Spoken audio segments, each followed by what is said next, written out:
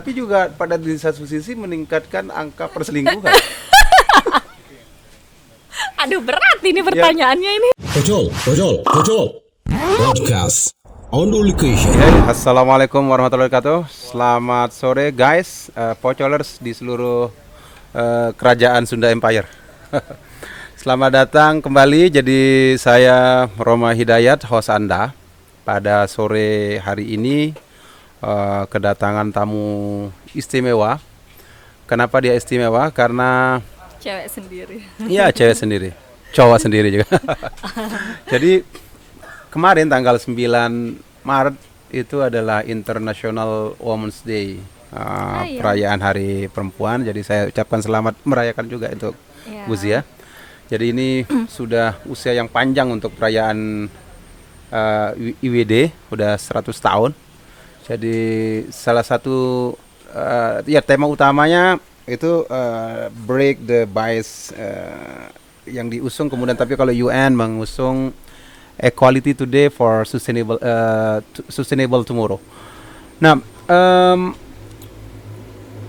di Lombok Timur saya kira konteks perayaan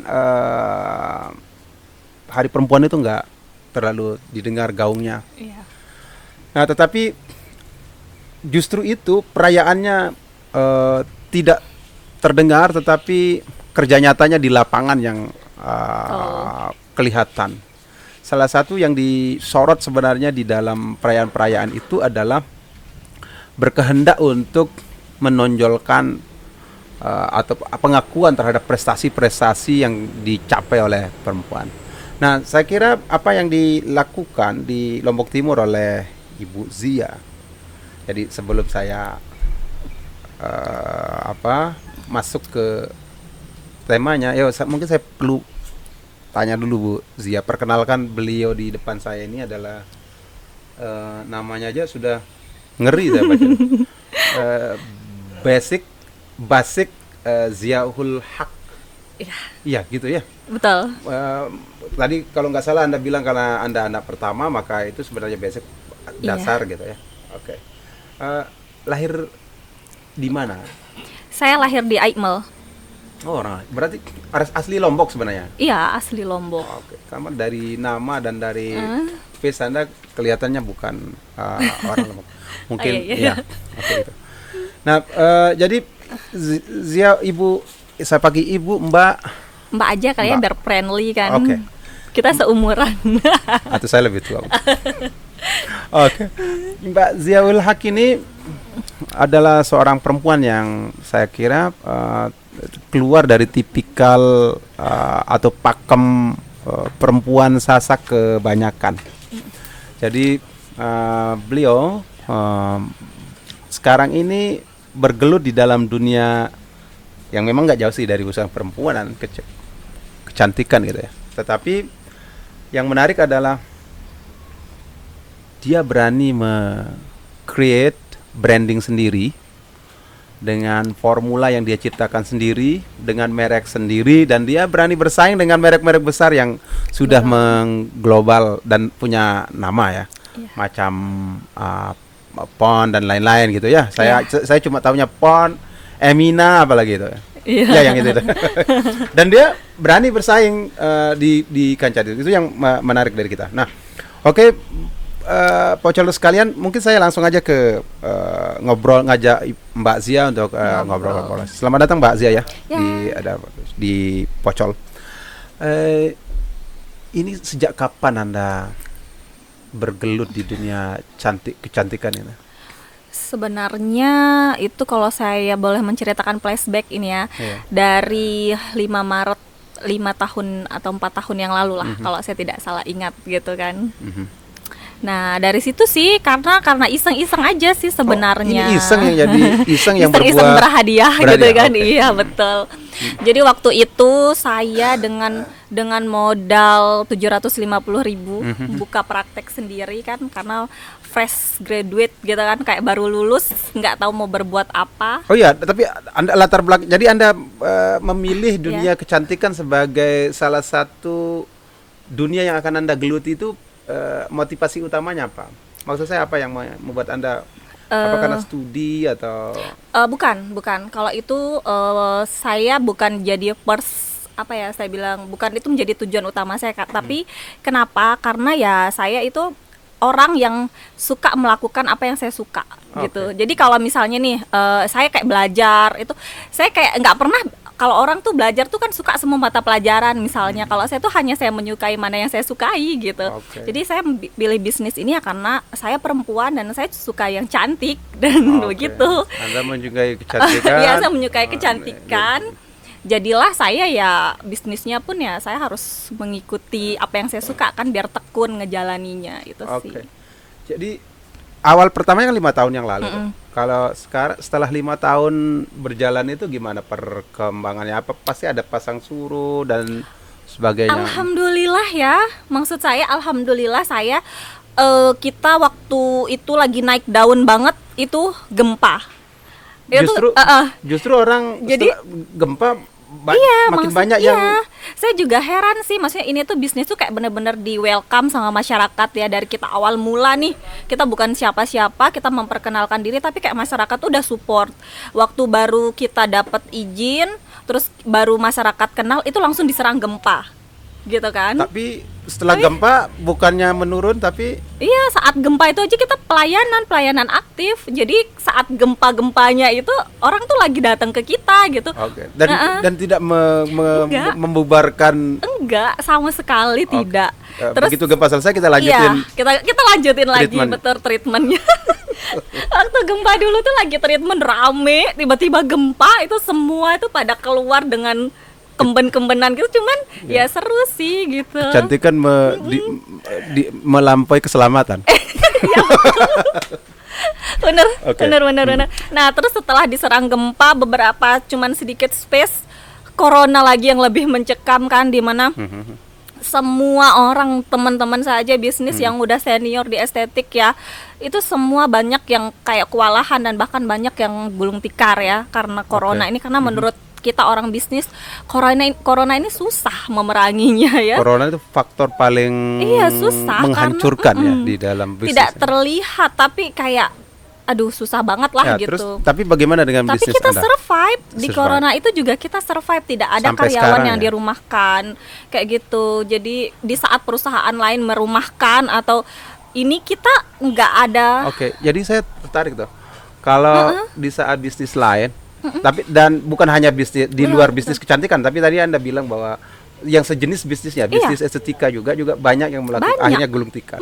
Berarti Anda ada sesuatu nggak kira-kira yang Anda lakukan? Ada strategi tambahan atau ada sebenarnya lucky faktor keberuntungan atau ada nggak kiatnya Anda berdiri di atas semua tadi tuh yang goncangan-goncangan yang tidak diprediksi? Kalau menurut saya sih lucky faktornya ya karena saya bekerja di fashion saya. Kalau menurut saya ya kan, saya, orang melihat saya, ya orang tertarik juga menjadi saya, gitu sih ya yang saya pikir. Jadi yang Anda mendirikan diri Anda sebagai model sebagai juga? role modelnya, betul. Kalau saya ini maksudnya itu, misalnya nih saya buka rumah makan atau saya buka kafe yang isinya makanan, ya mungkin itu orang nggak tertarik karena Zia itu backgroundnya dia nggak bisa masak gitu kan. Ya itu sih yang saya lihat kenapa orang. Kalau dari ada nggak strategi pemasaran, gaya pelanggan yang atau ada treatment customer yang mungkin berbeda yang menjadi trik Anda misalnya? Yang menjadi trik saya ya, yang menjadi trik saya itu saya menjual apapun atau menawarkan apapun kepada customer atau user saya, itu saya menjadikan diri saya itu bahan percobaan. Atau saya memakai itu produk atau yang saya jual itu setidaknya saya tahu apa yang saya jual isinya gitu. Jadi jadi walaupun muka saya nih misalnya base-nya lagi tidak berjerawat atau tidak flek, tapi apa yang saya jual tuh udah saya pakai semua di muka saya. Jadi kalau lagi jerawatan misalnya nih, muka yang krim yang untuk flek atau whitening saya pakai di muka berjerawat, pasti kan ada efeknya. Orang lihat itu pasti kalau ditanya ini kenapa mukanya Mbak Zia yang biasanya bagus jadi jerawat, ya udah aku lagi coba produk baruku. Kalau yang jelek jadi tampan itu bisa nggak? Iya, apalagi itu gampang. Gitu. Nah, yang menarik di depan itu Anda itu ada produk-produk dan Ya. saya dengar itu adalah produk branding Anda sendiri. Nah, ini yang saya jelaskan di awal tadi. Bisa diceritakan nggak bagaimana awal mulanya Anda berpikir bahwa saya brand ini it's my time to show who I am. Bahwa oh ya saya ini Iya, ya. ya saya bisa kok misalnya dan berani kok bersaing dengan branding-branding ini. Kapan itu dan bagaimana itu bisa muncul jadi Muncul ya. Mungkin saya kasih tahu sedikit mungkin ya hal yang belum abang ketahui, abang atau siapa ini saya manggilnya. Mas, Ya. mas. Mas, oh ya mas Karena Mbak ketahui. tadi ya, Jawa. Oh, iya. Jadi saya mungkin space 5 tahun atau 4 tahun ke belakang saya bangun ini bisnis itu saya nggak pernah yang kayak branding orang di bisnis ini, kayak orang kan endorsement gitu ya, atau menggunakan iklan berbayar yang dia harus keluar budget besar untuk iklan gitu sampai bisa booming. Itu percaya nggak, saya nggak pernah lakukan itu sampai 5 tahun ini. Saya nggak pernah melakukan itu semua. Jadi murni saya bilang itu saya menggunakan diri saya dan circle saya sih sebenarnya untuk mengangkat gimana saya bisa seperti ini gitu ya. Jadi saya bilang kalau misalnya ibu-ibu sudah berekspresi atau ibu-ibu sudah berkata ini produk bagus, ya saya bilang itulah iklan yang paling efektif iya, ya. itu sudah iklan yang paling efektif Dari mulut karena ke mulut. suka ngomong, kalau ibu-ibu suka ngomong itu kan aduh ke tukang sayur kemana itu sudah paling bagus Oke. sih. Jadi kalau ide formula dan sebagainya itu Anda dapat dari mana itu? Karena 5 tahun itu bukan pengalaman yang singkat. Kita mengenal nih kulit Indonesia bagian sini ini tuh sebenarnya kulitnya itu seperti apa gitu jadi kan. Anda juga karena Anda lihat latar belakangnya Betul, sekolah itu, jadi Anda betul. tahu mana formula yang cocok Betul. untuk iklim, struktur terus kulit dan sebagainya gitu. tekstur dan keluhan apa yang paling banyak muncul di sini. Jadi sunblock SPF berapa yang paling dibutuhkan di sini itu kan selama 4-5 tahun saya uji coba. Uji gitu. cobanya langsung Iya, atau ke pasien. Jadi saya juga di klinik itu nggak pernah, misalnya tuh walaupun saya punya beberapa dokter ya di klinik. Jadi kalaupun beliau praktik itu apa, saya suka mendengarkan beliau konsultasi dan saya tidak pernah jarang untuk meninggalkan klinik. Sekarang aja saya meninggalkan. Jadi semua pasien itu saya lihat keluhannya, setidaknya saya say hello karena pasien-pasien yang datang itu kalau udah dilihat sama Mbak Zia dia merasa aman dan nyaman gitu. Iya, ketemu Jadi, sama ownernya tuh berbeda. ya, Ya. gitu. Jadi walaupun ada dokter, tetap saya yang dari belakang. Jadi saya lebih banyak tahu mendengarkan keluhannya mereka apa. Jadi dari situ saya punya beberapa varian sunscreen dari 4-5 tahun ini. Oh, ternyata ini nih yang paling best, ini nih komposisinya. Kayak gitu. Sama facial wash juga kayak gitu, krim malam juga kayak gitu. Ya, jadi berapa produk yang sudah Anda bikin Kalau sekarang? sebenarnya ini ada 4 produk ya, itu ada sabun wajah, toner, itu kita pakai bahasa yang mudah dimengerti aja ya. Jadi sabun wajah, toner, terus Toner krim untuk siang dan krim kulit, malam. untuk rambut ya? Bukan, untuk kulit wajah Oh, semuanya. semuanya? Iya. Itu untuk apa itu? Saya baru tahu itu si toner Iya, itu. itu kan 4 item itu seharusnya komposisi yang harus ada di satu paket skincare sebenarnya. 4 itu. 4 Itu yang item dasar itu. ya, semua harus ada. Dasar. Oke. Nah, kalau tadi tuh bagaimana Anda kemudian strategi jualnya ya? Strategi jualnya. Karena orang-orang kan pasti akan lebih memilih, kita tahu ada secara psikologi orang-orang akan merasa minder kalau dia nggak pakai barang yang branded.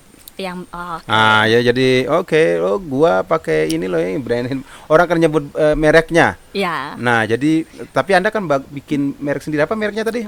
Denda Beauty Skin. Dende Beauty Skin, DBS Iya, ya, Dende iya. Beauty Skin. Nah, Betul. jadi bagaimana strategi Anda untuk mengatasi situasi psikologi yang tadi itu?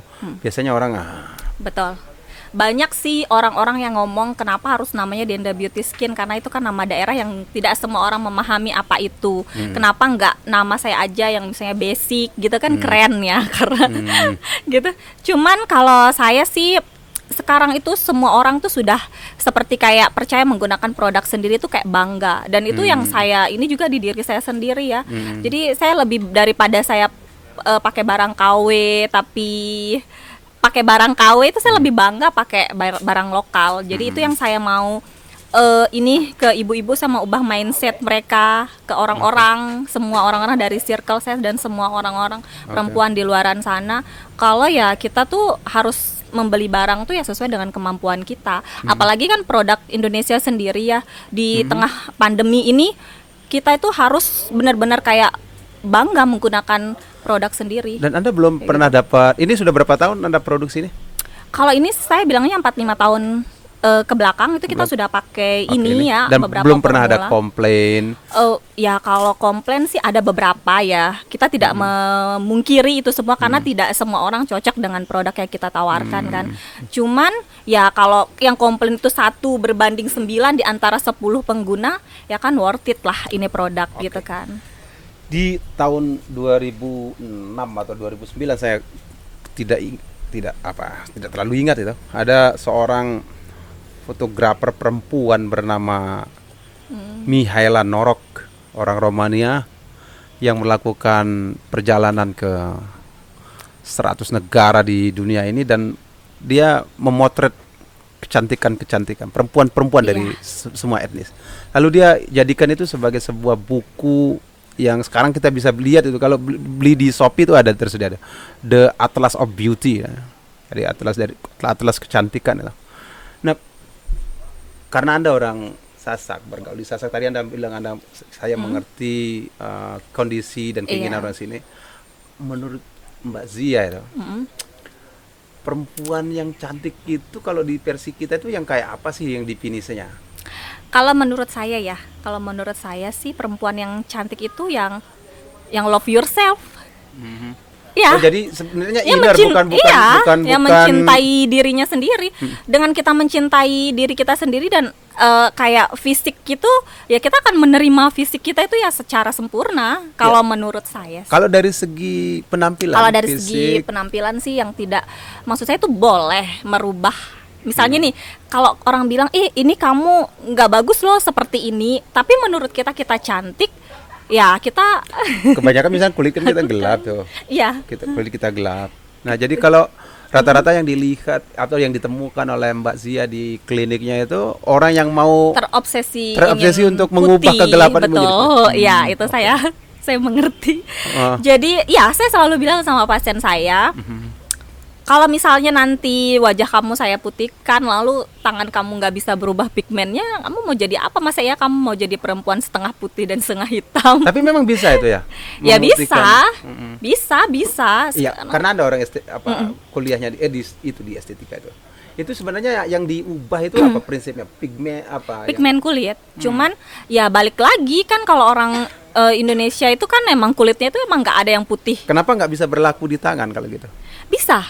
Oh, kalau sekarang itu dunia estetik itu sudah sangat berkembang pesat ya. Jadi yang kopi pun bisa jadi susu. Cuman kan pastilah karena proses panjang, biaya yang begitu mahal ya? banyak gitu kan. Nggak bisa instan sekali datang ke klinik langsung putih, itu impossible. Ya.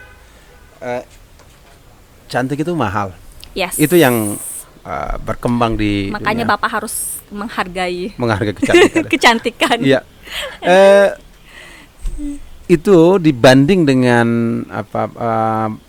barang-barang yang sudah branded tadi dan yang mereka punya jaringan market.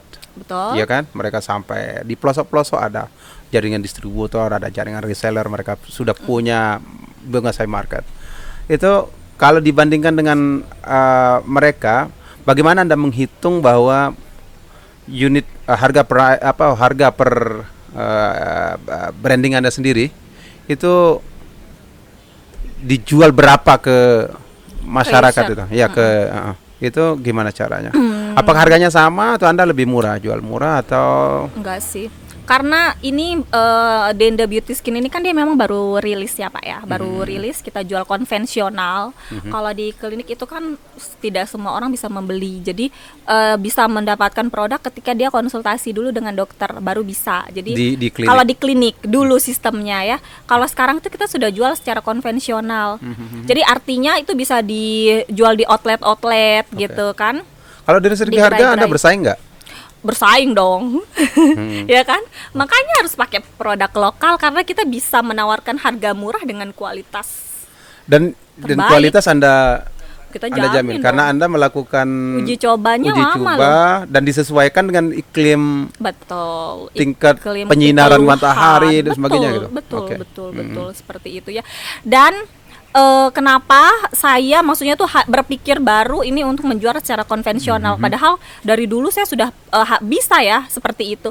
Karena saya melihat perempuan-perempuan di daerah ini juga sekarang tuh harus bisa selaras dengan orang-orang di kota-kota besar gitu kan. Walaupun kita perempuan daerah, cuman secara gaya, intelektual dan segala macamnya itu kan kita punya hak yang sama, ya kan. Jadi kalau yang belum bisa nih gajinya untuk beli skincare, yuk kamu ikut join nih bisnis kita. Kamu nggak perlu beli skincare, tapi kamu malah kalau misalnya pinter jualan dan terselamatkan dari kaum rebahan, kamu bisa beli skincare dan dapat cuannya gitu kan. Oh gitu. Nah, Jadi itu tantangan dari Anda untuk apa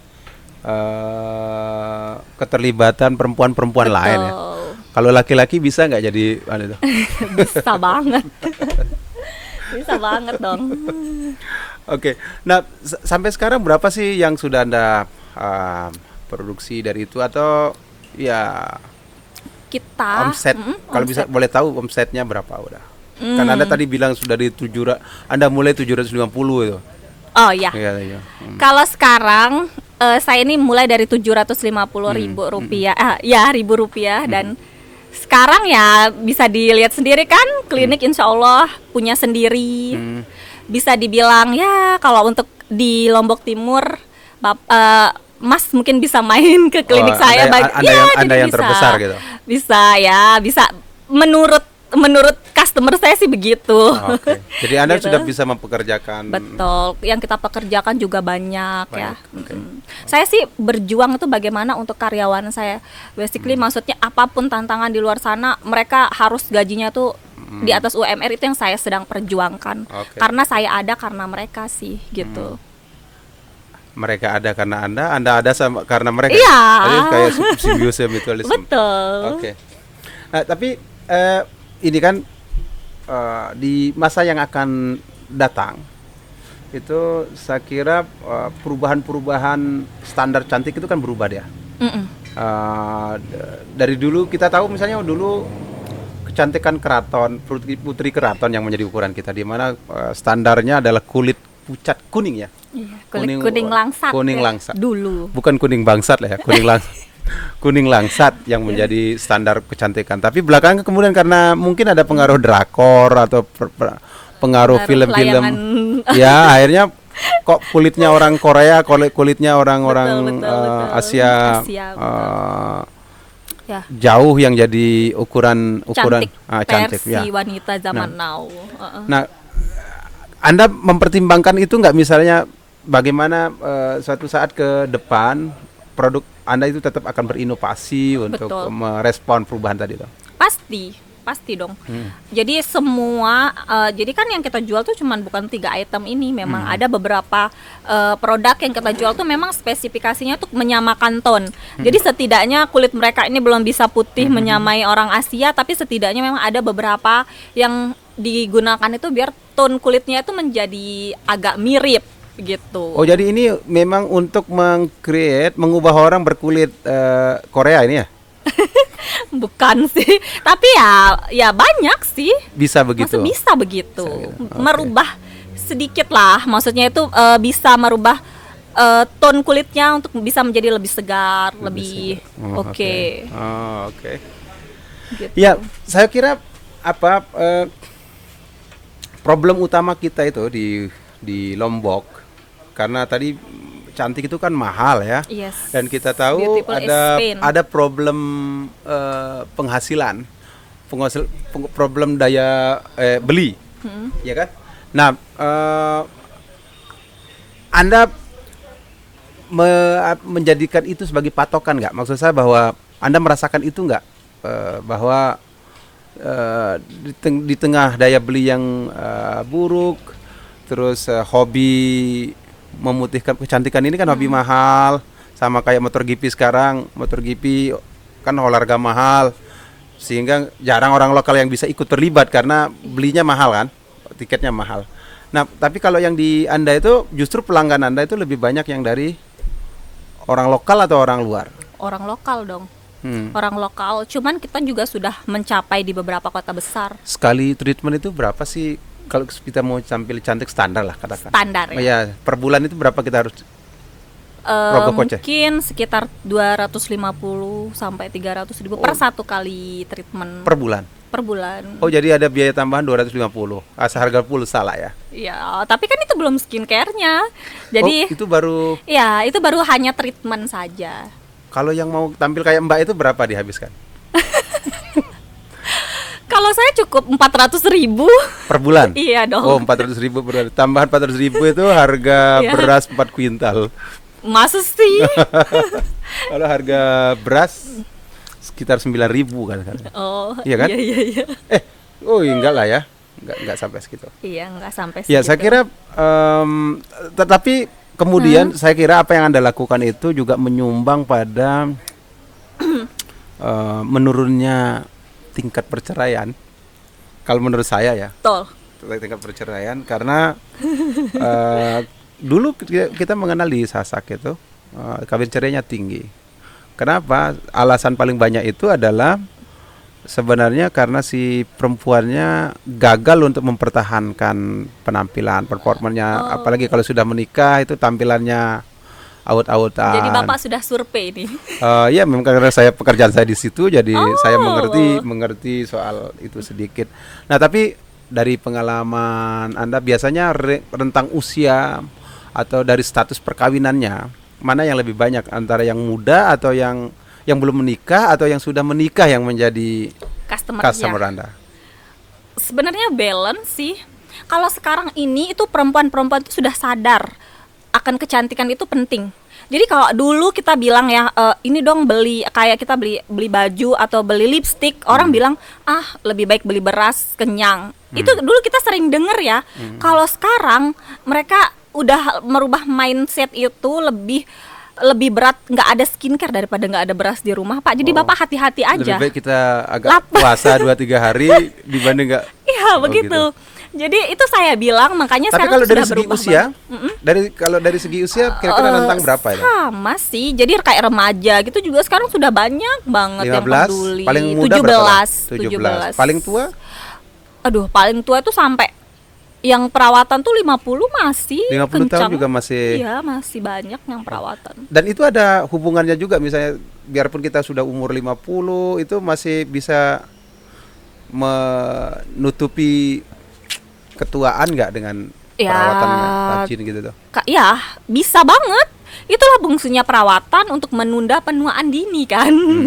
Jadi banyak banget treatment yang bisa kita pilih kalau di klinik estetik itu. Jadi kayak kerutan hilang dalam 1 hari pun bisa. Oke. Pokoknya tuh semua tuh bisa kalau kita punya uang. Ya, uang adalah segalanya gitu ya jadinya. Iya, seperti itulah. Nah, saya balik ke soal tadi bahwa Anda berkontribusi di dalam menurunkan angka perceraian. Angka perceraian itu. Tetapi juga pada di satu sisi meningkatkan angka perselingkuhan. Aduh, berat ini pertanyaannya ini. Bener nggak? Karena iya, kadang-kadang karena tidak menarik di rumah lalu ada orang yang tampil lebih fresh itu yang menggoda orang. Bener nggak sih? Jadi ini pertanyaan titipan sebenarnya dari teman saya. Jadi ya di gitu satu ya. sisi Anda yang harus saya jawab ini. Ya, kalau Anda bersedia jawab, kalau enggak ya enggak masalah sih. Ya sebenarnya memang kita mau treatment atau kita mau tidak treatment pun memang rumput tetangga itu terkadang tuh memang selalu lebih hijau kan, Iya, ya kan? iya. Tergantung rumputnya sih. Iya, tergantung balik lagi ke niatnya. Oke. Gitu sih kalau menurut saya. Cuman kalau sekarang nih ya, kalau sekarang tuh semua ibu-ibu tuh sudah dia tuh welcome dengan perawatan. Jadi kita mau bilang mau lihat perempuan lain, jangan kan mau melihat saingannya ya, mau melihat teman sendiri glowing terus. Enggak, mau lihat teman sendiri di samping kita glowing terus kita kayak buluk itu kita sudah kayak termotivasi. Apalagi mau melihat si Lydia lebih glowing daripada kita kan, aduh. Jadi ada semacam kompetisi. Kemungkinannya kecil. Ada semacam kompetisi. Betul. Kecantikan. Oke, gitu. Nah, satu lagi mungkin sebelum kita tutup ini. Jadi kalau di dalam bisnis kecantikan ini kan saya kira pesaing juga pasti Banyak. banyak ya. Banyak banget. Apa yang Anda ke depan kunci sukses lah ya. Kunci sukses Anda mempertahankan performa itu sehingga klinik Anda tetap bisa makin berkembang. Karena sementara di tempat lain kita lihat ada juga yang karena semakin banyak kan saya lihat Betul, di kampung-kampung sedikit-sedikit sudah ada Betul, banyak pelang, sekali. salon kecantikan macam-macam ya. Betul. Artinya kan saingan baru buat Anda. Betul. Iya. Apa yang Anda lakukan? Kalau saya itu tekun, inovatif, dan aware. Maksud saya tuh gini loh, sangat dekat dengan user. Jadi saya membangun kedekatan Oke, jadi emosional emosional. saya. Jadi ketika user ini mungkin punya keluhan yang begitu berat gitu kan, jadi mereka tuh nggak takut ngomong, kecuali Anda semi psikolog juga ya? ya itu sih yang selama ini saya bangun. Oke. Yang selama ini saya bangun itu yang saya Apa bilang keluhan rata-ratanya? Boleh tahu nggak? Nggak perlu Anda sebut namanya siapa. Keluhan paling banyak dari mereka apa? keluhan, maksudnya keluhan paling banyak Iya, yang kan nanti Dadang mengeluh ada masalah yang dibawa. iya Yang biasanya dikeluhkan kan apa? kalau di klinik ya palingan ya mengeluhnya, Bu kenapa berhenti gitu kan, misalnya nih dia nggak pernah datang karena kan Oke. kita punya rekam medisnya kapan mereka harus Oh, kunjungan jadi Anda datang. mencatat semua. Betul, catat Ada dong. database-nya Ada secara database-nya. computerized? Iya dong. Oh, oke. Gitu, ada database-nya kapan mereka harus kunjungan. Jadi kalau dia kunjungan 2 kali bolos tuh kita sudah harus tanya. Tiba-tiba muncul atau ini kita tiba-tiba hilang tuh kita telepon, "Ibu kenapa nggak datang?" gitu. Ya banyak yang bilang ya, "Mbak mahal," atau "Mbak belum ada uang, besok kalau udah ada uang pasti Oke. datang lagi," gitu. Oke.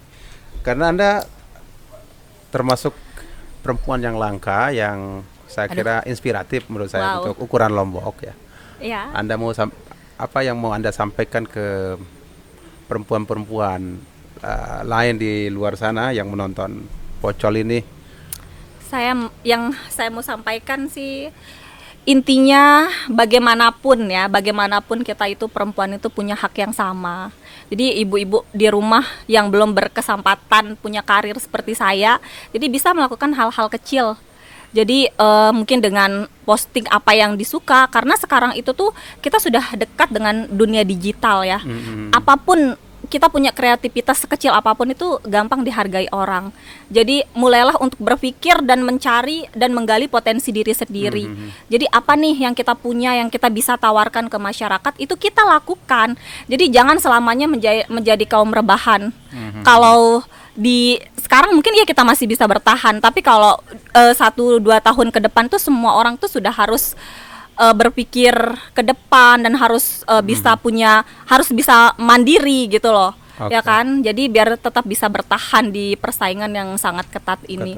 Dan yang terpenting sih ya kita tuh semua harus love yourself. Jadi kita Oke. harus menganggap diri kita ini cantik dan Oke. berharga. Iya, dan Itu sih. pasti semua perempuan adalah barang berharga. Iya betul sih. Oke.